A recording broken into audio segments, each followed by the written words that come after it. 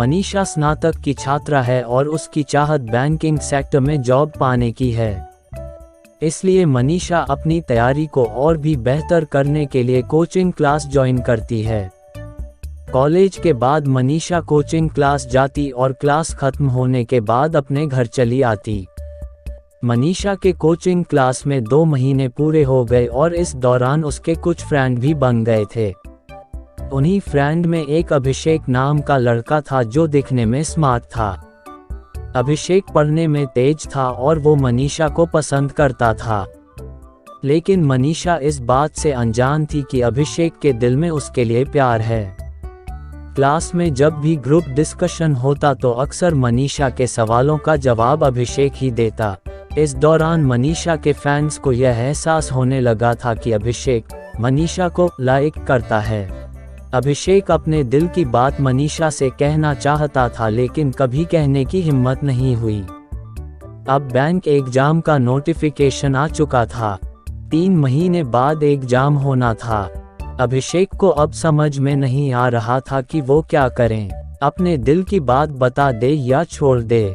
बहुत सोचने के बाद अभिषेक ने तय किया कि अब वो अपने दिल की बात मनीषा को बता देगा। अगले दिन अभिषेक क्लास में सबसे पहले पहुंच गया। थोड़ी देर बाद मनीषा भी क्लास में आई। अभिषेक ठीक मनीषा के पीछे वाली बेंच पे बैठ गया। अभिषेक की दिल की धड़कनें तेज होने लगी थी। जैसी ही क्लास खत्म हुआ तो अभिषेक ने मनीषा के कहा, क्या तुम क्लास के बाहर मिल सकती हो, मुझे तुमसे कुछ बात करनी है।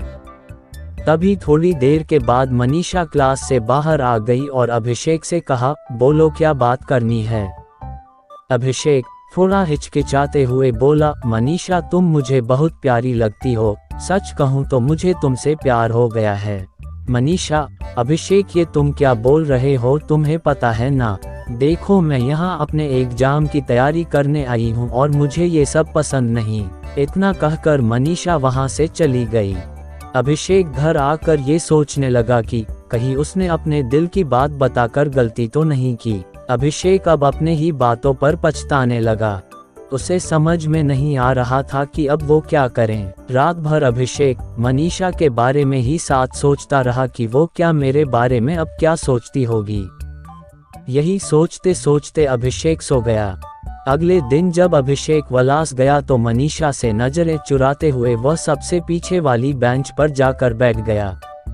मनीष पीछे मुड़कर अभिषेक की तरह देखी लेकिन अभिषेक ने उसकी तरह नहीं देखा। क्लास खत्म होने के बाद अभिषेक सीधा अपने घर चला गया। मनीषा सोचने लगी कि आज अभिषेक ने मुझसे बात नहीं की, ऐसा क्या हो गया, और दिन तो वो मुझसे बात करता था। इसी तरह लगभग 2 महीने बीत लेकिन अभिषेक ने एक बार भी मनीषा से बात नहीं किया।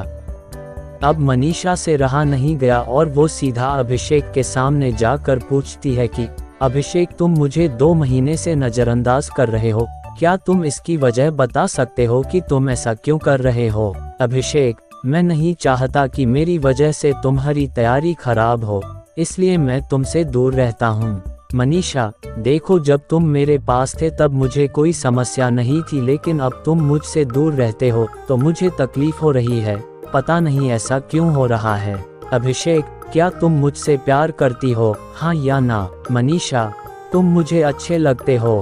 अभिषेक, मतलब तुम मुझे पसंद करती हो। मनीषा, अब तुम समझदार खुद हो तो समझ जाओ। इस तरह मनीषा ने भी बातों ही बातों में अपने दिल की बात बोल दी। लेकिन मनीषा ने एक शर्त रखी कि एग्जाम तक हम दोनों केवल पढ़ाई पर ध्यान देंगे। अभिषेक ने उसकी शर्त को मान लिया। अब दोनों बहुत खुश थे और सारा ध्यान अपने एग्जाम की तैयारी में लगाने लगे।